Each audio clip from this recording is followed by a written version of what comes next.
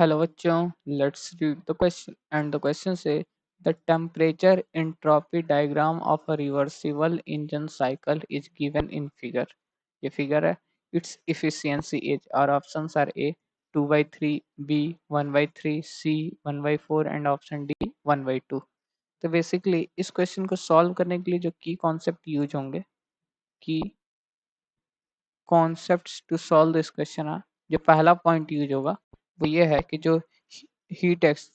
जो होता है वो Q इज इक्वल टू हम लोग लिखते हैं Q is equal to under area under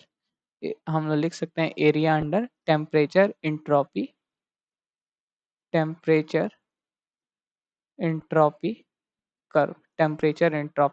ठीक कर्व ठीक।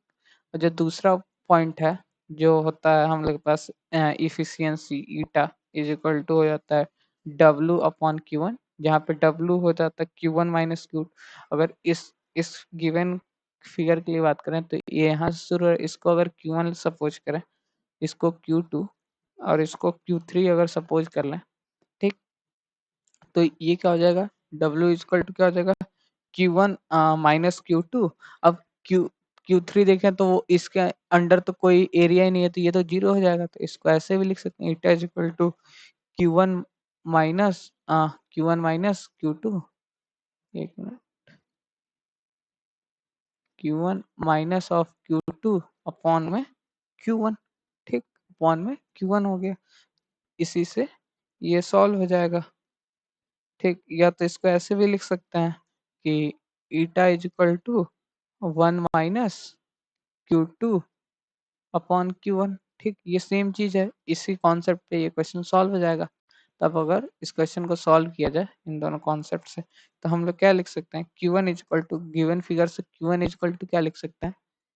अब एरिया अंडर द कर्व, अब Q1 के अंडर कर्व क्या है ये पूरा एरिया, और प्लस अगर इसको डॉटेड लाइन से यहाँ से मिला दें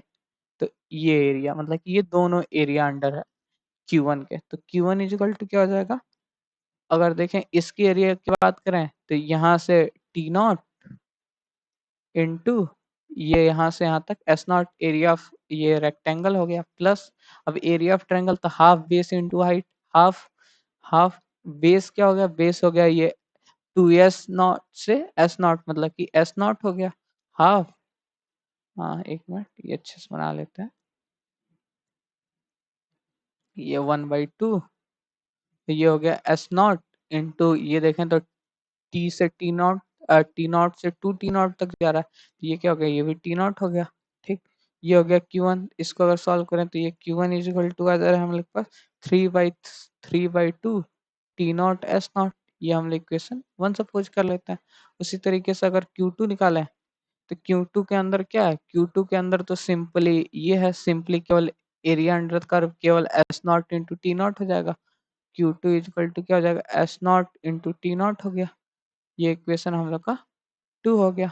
ठीक। अब Q3 में तो वैसे भी 0 होगा क्योंकि ये तो अनडिफाइन हो जाएगा, या तो 0 लिख सकते हैं।